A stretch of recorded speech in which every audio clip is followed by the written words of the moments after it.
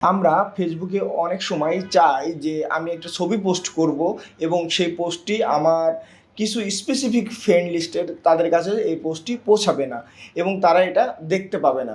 আপনি এভাবেও সুন্দরভাবে ছবি পোস্ট করতে পারেন।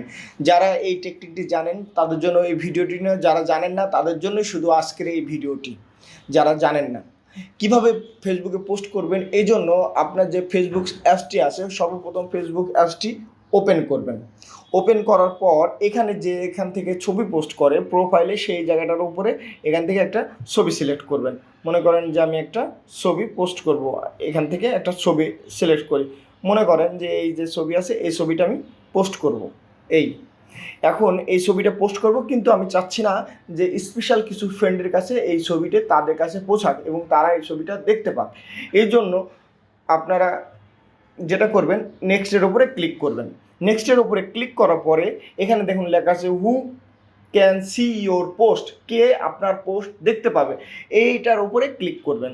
এটার উপরে যখন ক্লিক করবেন, ক্লিক করার পর এখানে দেখেন ফ্রেন্ডস, তার মানে আপনার ফেসবুকে যারা ফ্রেন্ড আছে তারা সবাই দেখতে পাবে এবং ফ্রেন্ড এক্সেপ্ট সাম ফ্রেন্ডস, এবং এখান থেকে যখন আপনি এটা সিলেক্ট করে দেবেন এখান থেকে আপনার ফ্রেন্ড লিস্টে যারা যারা আছে তাদের নাম এখানে শো করবে। এখান থেকে আপনি যাদের চাচ্ছেন না তাদের এখান থেকে এভাবে সিলেক্ট করে দেবেন। সিলেক্ট করার পরে জাস্ট ডানের ওপরে ক্লিক করবেন, করার পর জাস্ট ডান ক্লিক করার পর এইবার পোস্ট করে দেবেন। পোস্ট করার সাথে সাথে আপনার ফ্রেন্ড লিস্টে যারা যারা আছে তারা আর দেখতে পাবেন আপনি যাদেরকে অ্যাকসেপ্ট করে দিয়েছেন। ফেসবুকের এই সেটিংসটা আসলে একটি দারুণ সেটিং। যারা জানতেন না তাদের জন্য এই ভিডিওটি, আর যারা জানতেন তাদের জন্য অবশ্যই এই ভিডিওটি না। আজকের ভিডিও এ পর্যন্তই। যদি ভিডিওটি ভালো লেগে থাকে অবশ্যই একটি লাইক দেবেন এবং কমেন্টস করে জানাবেন আমার ভিডিও আপনাদের কেমন লাগলো।